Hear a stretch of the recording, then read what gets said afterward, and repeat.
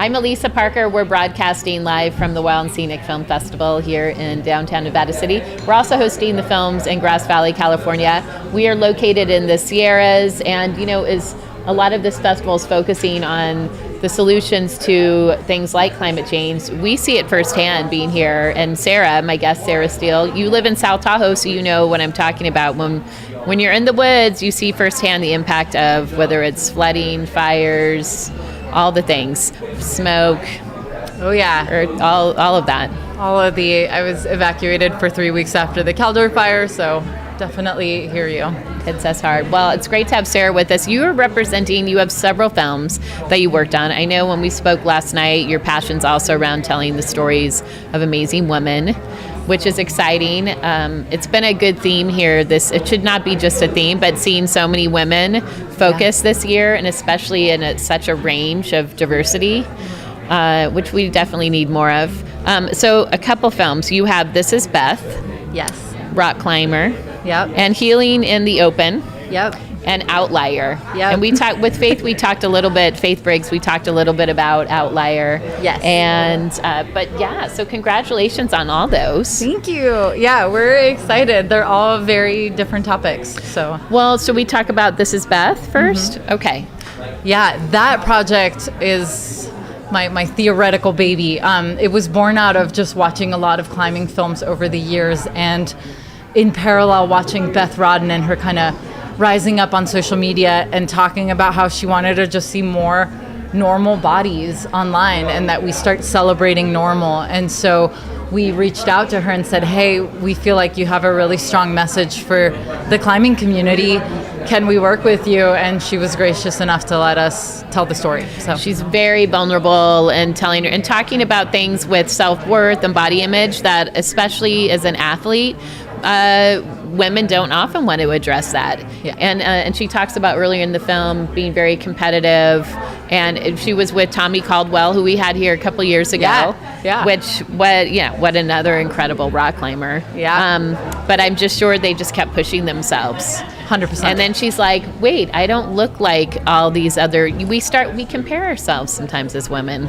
Yeah, and I think too, it was interesting working with her because I grew up with her as, this sort of elite climber that I looked up to. And it's like what you see in the media isn't always, or how people are portrayed isn't always how they feel inside. And so it was just pulling back the curtain on here's all these insane, first ascents and climbs that she's done.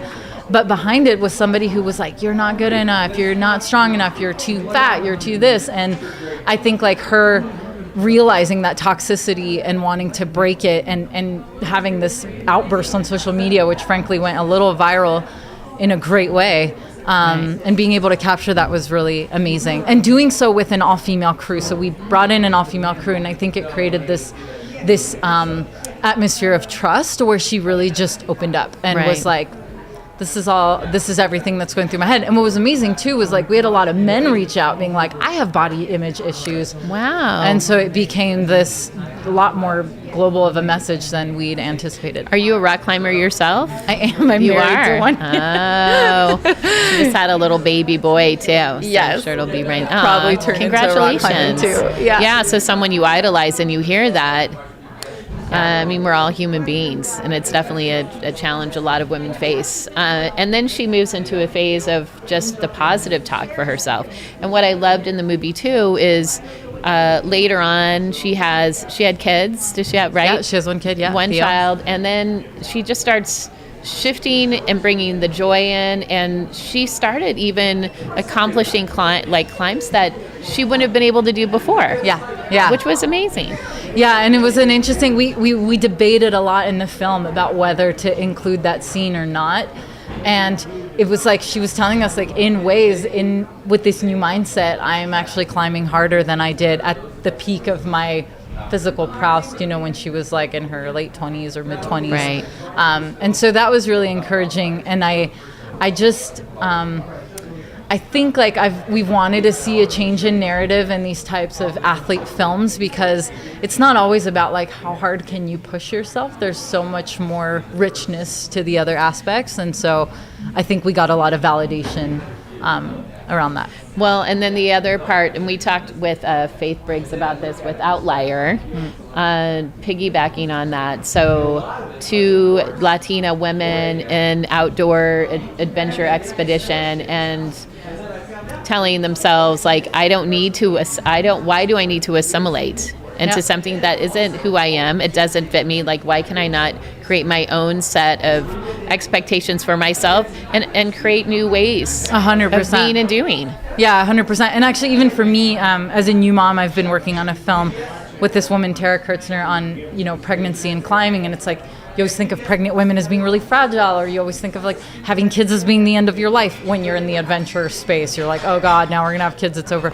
And it's really great to see all of these people that we look up to just being like, no, actually, this is fine. Life goes on, and you keep doing the things you do, and you do them with new perspective. You adapt. I mean, even I told you about doing See Jane Do and sharing women's stories for years. And part of the influence of that was having kids. Yeah. Than having girls, and go like, oh, well, if not me, then who? Exactly. Who's going to do that? Exactly. So, and then you align it with your own passion and talents, which is what you also saw with the young women in Outlier. Totally. As well. And it's like, it's so important that people see themselves in the media that they see, whether it's like films or social media, or like, does this person look like me? Do they have a life that looks like mine? Like, that is incredibly validating. And I think in a lot of industries, it's gone one direction for a long time, and that's changing. And it's like encouraging for people. Yes. Yeah. And what's the third film?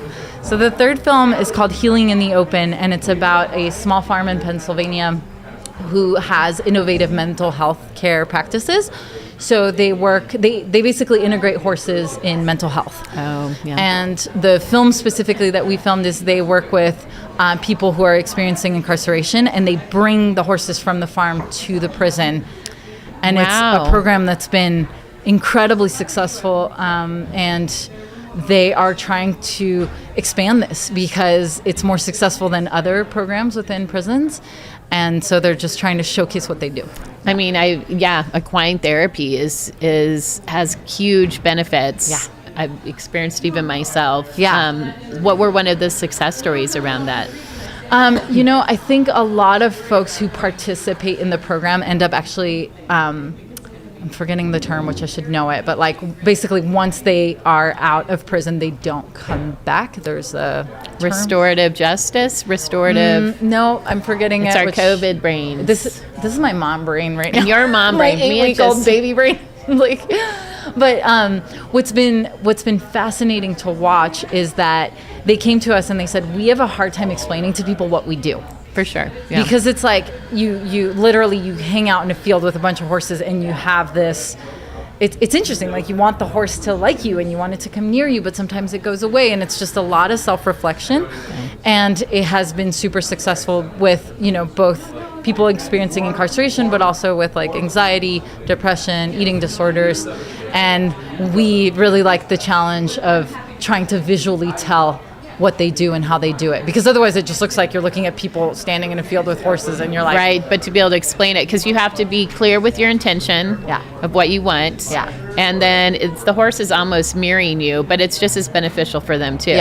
Exactly. It's this mutual relationship and experience that happens. There's so many things that are let go of fear, clarity.